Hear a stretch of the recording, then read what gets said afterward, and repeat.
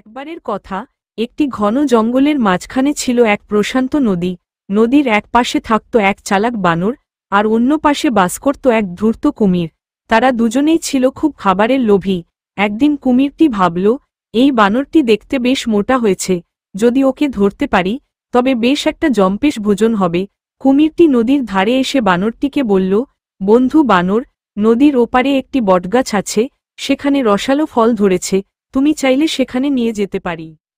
বানরটি সঙ্গে সঙ্গে কুমিরের ফাঁদ বুঝতে পারল, কিন্তু বানর ছিল বুদ্ধিমান। সে বলল, ভাই কুমির, তোমার প্রস্তাব শুনে তো খুব লোভ হচ্ছে, কিন্তু আমার হৃদয়টি তো ঘরের ভেতর রেখে এসেছি। যদি আমাকে নিয়ে যাও, আগে আমাকে বাড়ি থেকে হৃদয়টি আনতে হবে। কুমিরটি সহজ সরলভাবে বিশ্বাস করে বানরটিকে ছাড়ল। বানরটি সঙ্গে সঙ্গে গাছে উঠে বলল, ও বোকা কুমির, হৃদয় কি কখনো শরীরের বাইরে থাকে? তুমি আমায় ফাঁকি দিতে চেয়েছিলে, কিন্তু নিজেই ধরা খেলে।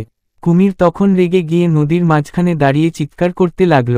বানরটি গাছের উপর থেকে মজা করে বলে উঠল, চালাকির সঙ্গে চালাকি করলে সব সময় জেতা যায় না। এরপর থেকে কুমির আর কখনো বানরকে ফাঁকি দেবার চেষ্টা করেনি।